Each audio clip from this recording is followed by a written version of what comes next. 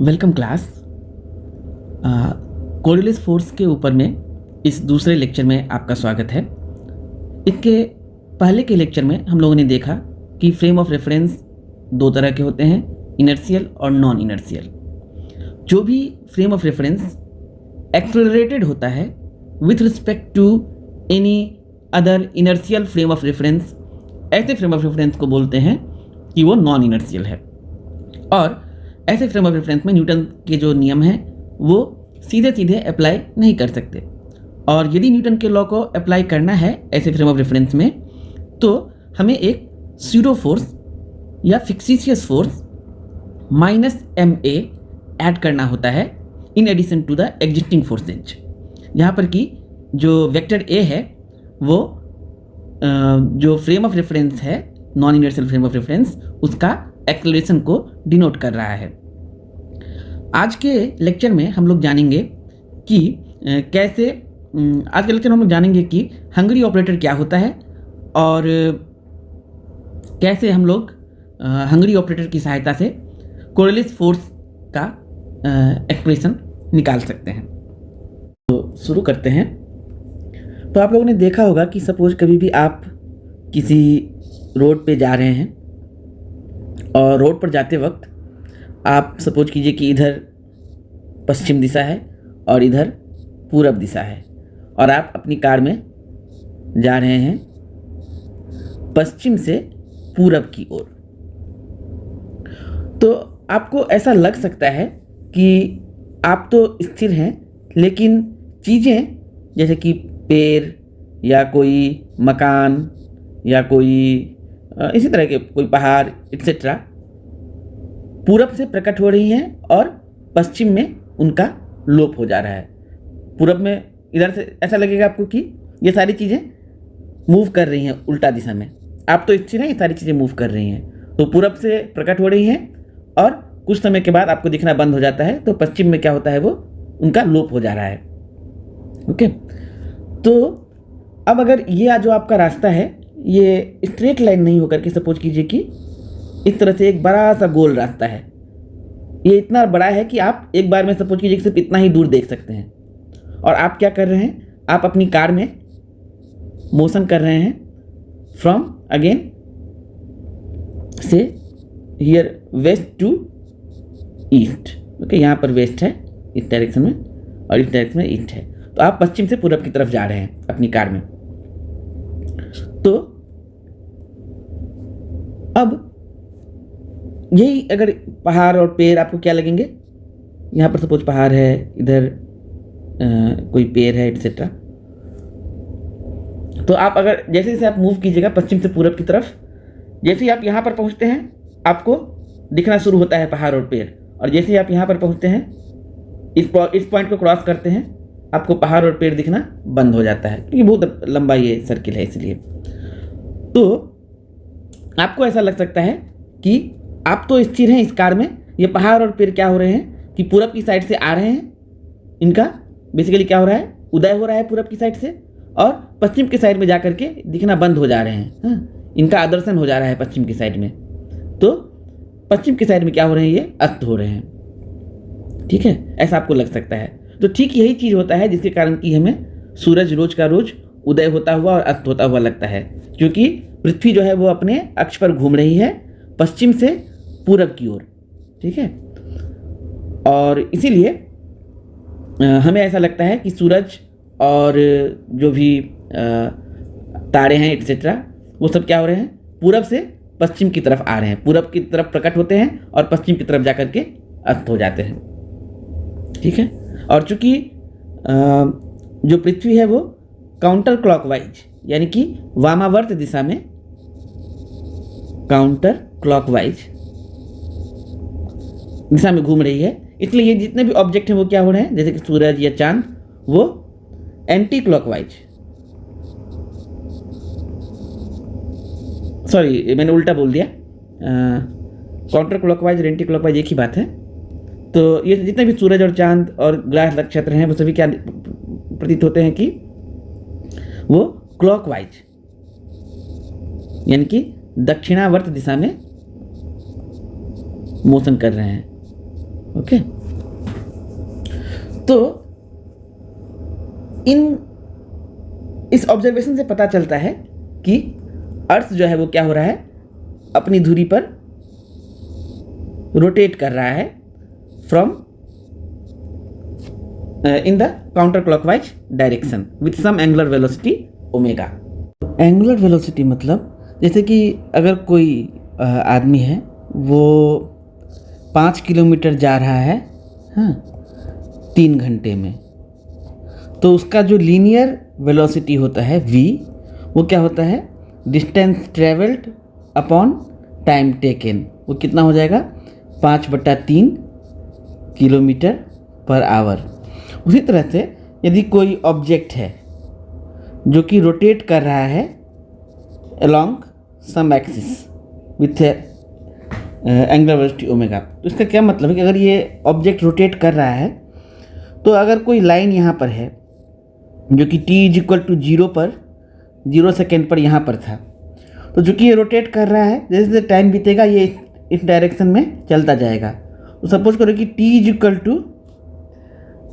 t seconds पर ये line चलते चलते यहाँ पर पहुँच गया, और ये जो एंगल है वो कितना है, थीटा रेडियन है। तो इस जो अगर ये सपोज करो कि ये डिस्क है, हाँ, तो इस डिस्क का जो एंगुलर वेलोसिटी ओमेगा होगा वो हो जाएगा θ/t रेडियन पर सेकेंड। ओके, तो एंगुलर वेलोसिटी क्या है, जैसे लीनियर वेलोसिटी की तरह कितना एंगल 1 सेकेंड में वो ऑब्जेक्ट घूम रहा है वो उसका एंगुलर वेलोसिटी को बताता है। सो एंगुलर वेलोसिटी क्या है, एक वेक्टर है, और इसका जो डायरेक्शन होता है वो मोशन, जिस प्लेन में मोशन हो रहा है उसके परपेंड, जिस प्लेन में ये मोशन हो रहा है ना, जिस प्लेन में इस डिस्क पर का हर एक पॉइंट मोशन कर रहा है किसी न किसी प्लेन में, हाँ, तो उस प्लेन के परपेंडिकुलर डायरेक्शन में इस एंगुलर वेलोसिटी का डायरेक्शन होता है। तो अगर तुम जो भी एक्सिस है, मोशन का जो एक्सिस है, उस हर से देख रहे हो, यहाँ पर तुम्हारा आई है, हाँ, you are looking the motion from here. Okay, तो अगर इधर से देखने पर मोशन तुमको काउंटर क्लॉकवाइज लग रहा है, ओके, अगर मोशन काउंटर क्लॉकवाइज लग रहा है तुम्हें इधर से देखने पर, तो एंगुलर वेलोसिटी का डायरेक्शन इधर होगा। ओके, और अगर तुम्हें लग रहा है कि जो मोशन है वो क्या है, क्लॉकवाइज है, इधर से देखने अलोंग द एक्सिस देखने पर, अलोंग द एक्सिस देखने पर मोशन क्या लग रहा है, क्लॉकवाइज लग रहा है, तो इस जो एंगुलर वेलोसिटी का डायरेक्शन जो है वो क्या होगा, अवे फ्रॉम द ऑब्जर्वर होगा, हाँ, इन द परपेंडिकुलर प्लेन। मतलब अगर ये एक्स वाई प्लेन हो, सपोज ये तुम्हारा एक्स डायरेक्शन है, ये वाई डायरेक्शन है, और इधर जेड डायरेक्शन है, तो ये पहले वाले केस में जिसमें कि काउंटर क्लॉकवाइज मोशन हो रहा है, जो एंगुलर वेलोसिटी होगा वो क्या होगा, along the Z cap direction होगा।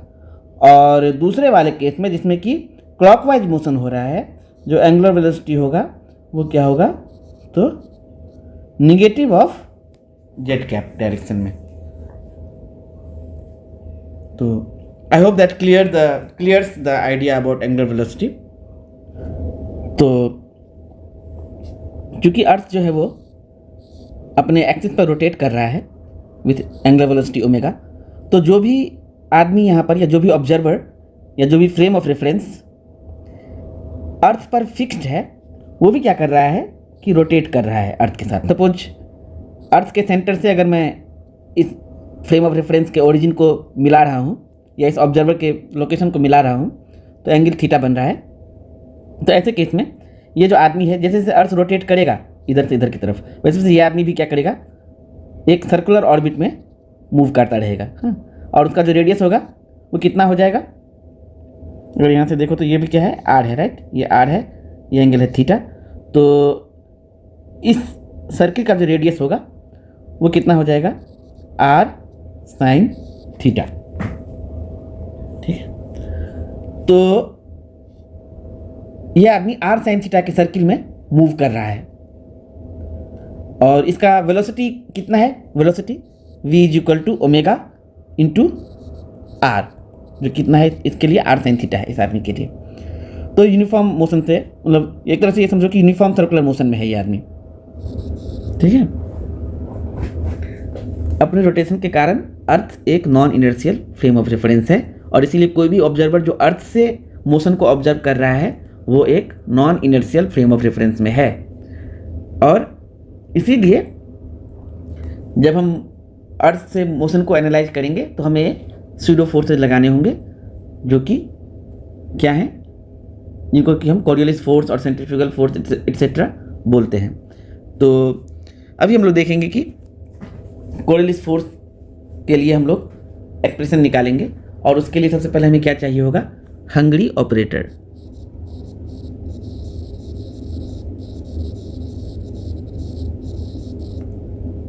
ओके, तो अब ये हंगरी ऑपरेटर क्या है। सो बेसिकली क्या हो रहा है कि suppose there is a frame of reference that is stationary. ये आपका ओरिजिन है, इधर जेड एक्सिस है, इधर एक्स एक्सिस है और इधर वाई एक्सिस है। और एक और फ्रेम ऑफ रेफरेंस है जो कि रोटेट कर रहा है अबाउट जेड एक्सिस। इसमें भी इधर एक्स है और इधर वाई है। तो क्या होगा, जैसे जैसे टाइम बीतेगा जेड एक्सिस तो अपनी जगह पर ही रहेगा, लेकिन ये जो एक्स वाई वाला ये जो प्लेन है ना, ये क्या होगा, रोटेट करता रहेगा। एक्स जो है, एक्स एक्सिस इस तरह से एक सर्किल में रोटेट करता रहेगा। जैसे कि आपके पास एक डिस्क हो, इस डिस्क में ये है आपका एक्स, ये वाई और इधर वर्टिकली अपवर्ड्स जो है डिस्क के प्लेन पर वो है जेड। तो अगर आप इसको रोटेट करिएगा अबाउट दिस एक्सिस, तो ये कैसे रोटेट करेगा, एक्स और वाई इस तरफ मोशन करेगा ना ये, तो उसी टाइप का ये अरेंजमेंट है यहाँ वाला। तो हम लोग क्या करेंगे कि फॉर सिंप्लिसिटी इन कैलकुलेशन ये जो रोटेटिंग फ्रेम है इसको उठा करके यहाँ पर सुपर इम्पोज कर देंगे इस तरह से कि दोनों का जेड एक्सिस जो है दोनों फ्रेम ऑफ रेफरेंसेज का वो क्या है, एक ही जैसा है। तो मैं इसको अलग रंग से दिखा रहा हूँ यहाँ पर, ये चेंज ऑफ स्टाइल कर रहा हूँ तो ग्रीन से दिखा रहा हूँ। तो ये जो ब्लू कलर वाला है ये क्या है, स्टेशनरी, जिसको एस से डिनोट किया गया है। और जो ग्रीन कलर वाला है ये है रोटेटिंग फ्रेम ऑफ रेफरेंस और इसको हम लोगों ने एस डैश से डिनोट किया है। तो एक्सिस है एक्स डैश, वाई डैश और जेड डैश यहाँ पर। तो अब हम लोगों ने क्या किया, इन दोनों को सुपर इम्पोज किया है। तो अब यहाँ पर एक और बनाया, तो इधर जेड डैश, इधर एक्स डैश और इधर वाई डैश और यहाँ पर जो है क्या है, ओरिजिन है जो कि दोनों का सेम है। और ऑफ कोर्स इधर है पुराने वाले का एक्स, मतलब इनर्शियल वाले का एक्स वाई और z. At t is equal to 0 पर ये क्या हो रहा है, सारे के सारे एक्सेस को एक दूसरे पर एग्जैक्टली मैच कर रहे हैं। एक लाइन पर दूसरा लाइन है, पर जैसे ही टाइम बदलेगा, टाइम के साथ क्या होगा कि ये जो जेड एक्सिस है ये तो दोनों का मैच करता ही रहेगा, लेकिन जो एक्स एक्सिस है और वाई एक्सिस है, ये जो स्टेशनरी फ्रेम है उसका तो अपनी जगह पर ही रहेगा, लेकिन जो रोटेटिंग फ्रेम है उसका एक्स और वाई एक्सिस जो होगा वो क्या होगा, समय के साथ चेंज होता जाएगा। ओके, तो ये इधर से इधर की तरफ जा रहा है। ये जो मोशन हो रहा है ये कौन सा सेंस में है, काउंटर क्लॉकवाइज सेंस में है। हाँ, सो हाँ, इसलिए एक्स यहाँ पहले यहाँ पर था, ये वाला एक्सिस पहले इस पोजीशन में था और यहाँ से अब इस पोजीशन में आ रहा है। हाँ? तो ठीक है, तो अगर जो आदमी इस रोटेटिंग फ्रेम में है, हाँ, जो आदमी इस रोटेटिंग फ्रेम में है, उसको क्या लगेगा कि वो तो स्थिर है, लेकिन जो ये स्टेशनरी फ्रेम है वो क्या हो रहा है, वो मोशन कर रहा है। तो उसको क्या लगेगा कि मैं तो यहाँ पर एक्स वाई और जेड, इस तरह से X dash Y dash Z dash, और यहाँ पर ओरिजिन है। तो जो इस फ्रेम में जो आदमी बैठा हुआ है एस डैश फ्रेम में, उसको क्या लग सकता है कि मैं तो स्थिर हूँ, लेकिन जो अब स्टेशनरी फ्रेम है वास्तव में वो रोटेट कर रहा है, लेकिन अपोजिट डायरेक्शन में, मतलब क्लॉकवाइज डायरेक्शन में।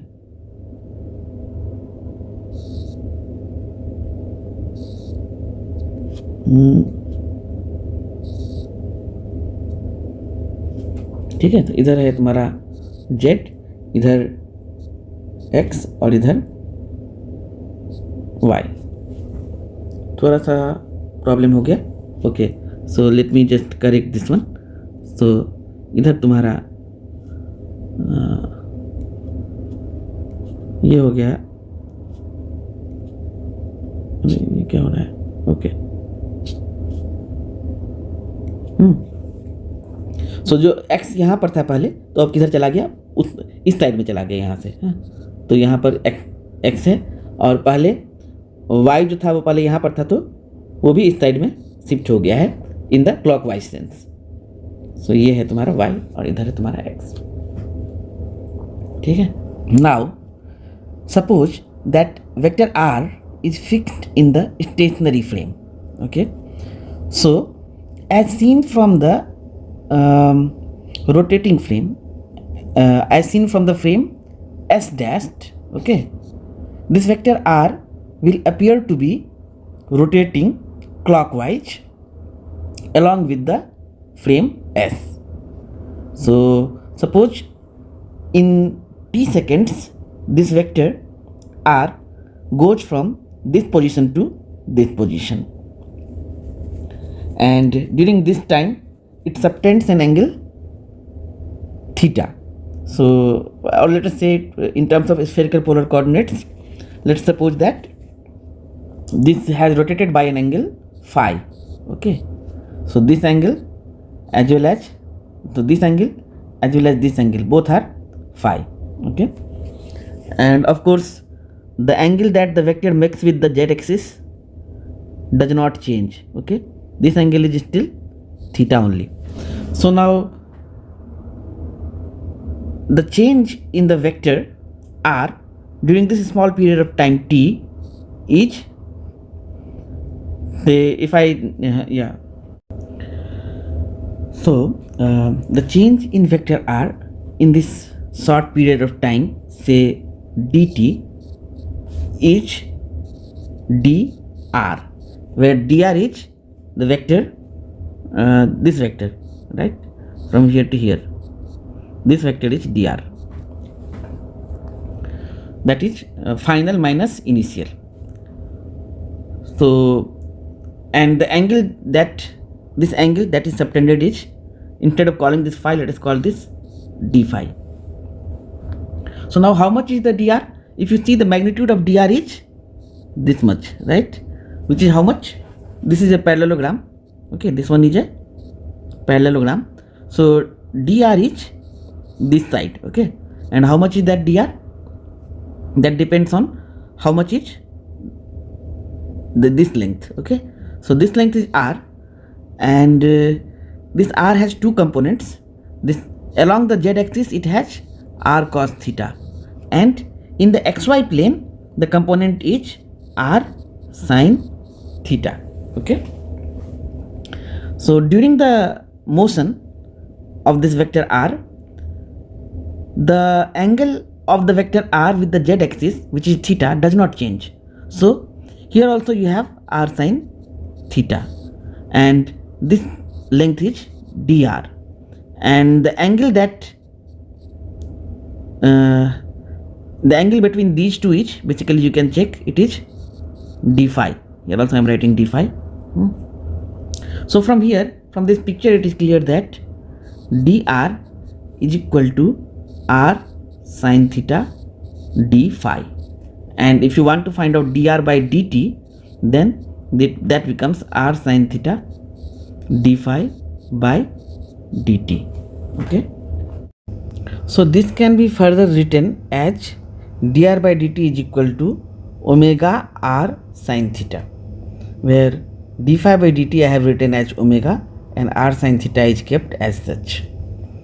So you can clearly see that we can write it either as dr by dt is equal to omega cross r or r cross omega. Okay, so now let us fix the directions. So to clarify this point, I have drawn another picture here. So OP is the initial position vector, and as you know that the tip of this vector OP, that is this point P, rotates on a circle as the frame of reference S in which this OP is fixed is rotating. So now O dash is the center of that circle, and I have drawn O dash P. Okay, so this is the radius of the circle, and from P I have drawn a perpendicular on the x dash y dash plane. Okay, so this is perpendicular. So now this vector r is in this plane O dash O, let us say this P dash. So vector r is in the plane O dash P, P dash O. So you can see that this vector r will have two components, r cos theta along the z axis and r sin theta along this axis. Okay, now if we try to if we try to draw these axes here, so clearly you can see this direction is in which it will have minus r cos theta component, and in this direction this vector r will have r sin theta component. Okay, then the vector dr and hence the vector dr by dt will be along the tangent to this circle. Okay, this is the direction of dr. So you can clearly see that this tangent is perpendicular to both this line O dash P and perpendicular to the line PP dash, and hence you can see that this vector r has components along O dash P and PP dash, but no component along the tangent, and hence the vector r is perpendicular to T dash. That means vector r is perpendicular to the vector dr. Okay, so that was the point. I think this point is clear now. So also, since dr by dt is along the tangent to this circle, hence dr by dt is also perpendicular to the z axis, and hence dr by dt is perpendicular to vector omega. Okay, so dr by dt is then perpendicular to vector r and it is perpendicular to vector omega. Okay, तो direction fix करना अभी भी बाकी है। तो यहाँ पर हम लोग जो ये वाला इमेज है इसमें देख पा रहे हैं कि हमारा जो ओमेगा है वो किधर है, along the positive Z axis है। ये है ओमेगा का डायरेक्शन अलॉन्ग जेड कैप। और वेक्टर आर जो है इसके दो कंपोनेंट हैं, एक तो अलॉन्ग आर साइन थीटा है, ये वाला, ओके, आर साइन थीटा।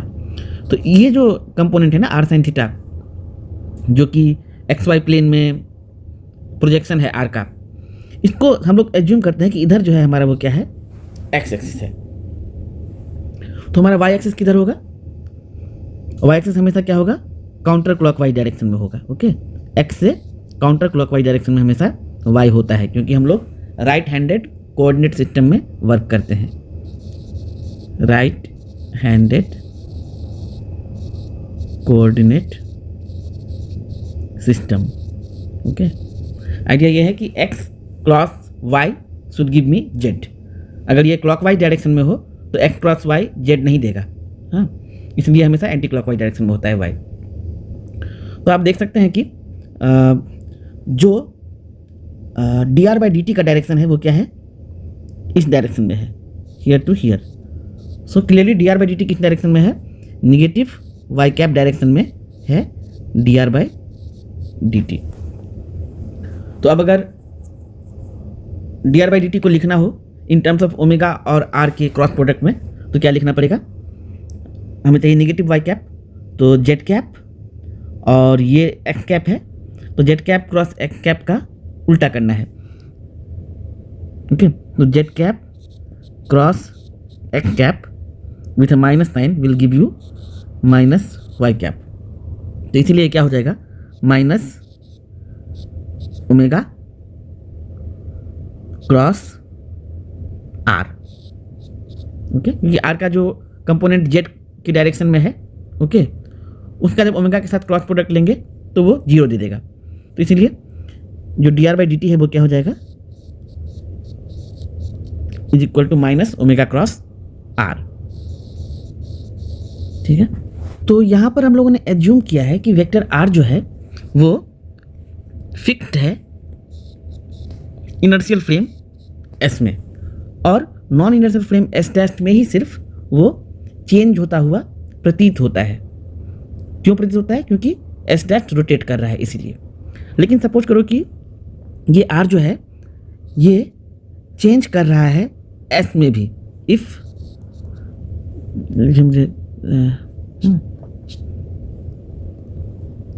अगर R is changing in S, in that case जो D R by D T होगा उसके दो कंपोनेंट होंगे। मतलब D are by D T जैसा कि देखा जा रहा है एक नॉन इनर्शियल फ्रेम में, उसको हम लोग d dash are by D t से डिनोट करेंगे। डी डैश का मतलब कि नॉन इनर्शियल फ्रेम में ये देखा जा रहा है, that will be equal to change in r in the inertial frame minus omega cross r. ठीक है, इसी को चेंज करके ये भी लिख सकते हैं, इसी को चेंज करके ये भी लिख सकते हैं कि D are by D T is equal to D dash are by D T plus omega cross are. Okay, तो this is like writing D dash by D T X upon R to give you, sorry, dr by dt acts upon r, let me just, dr by dt acts upon r to give you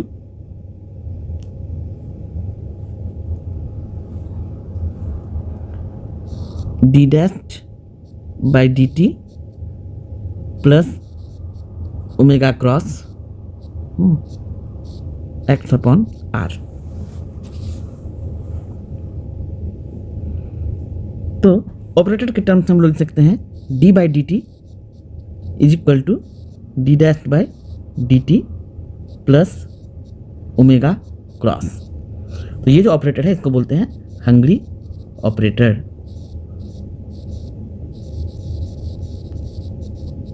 okay.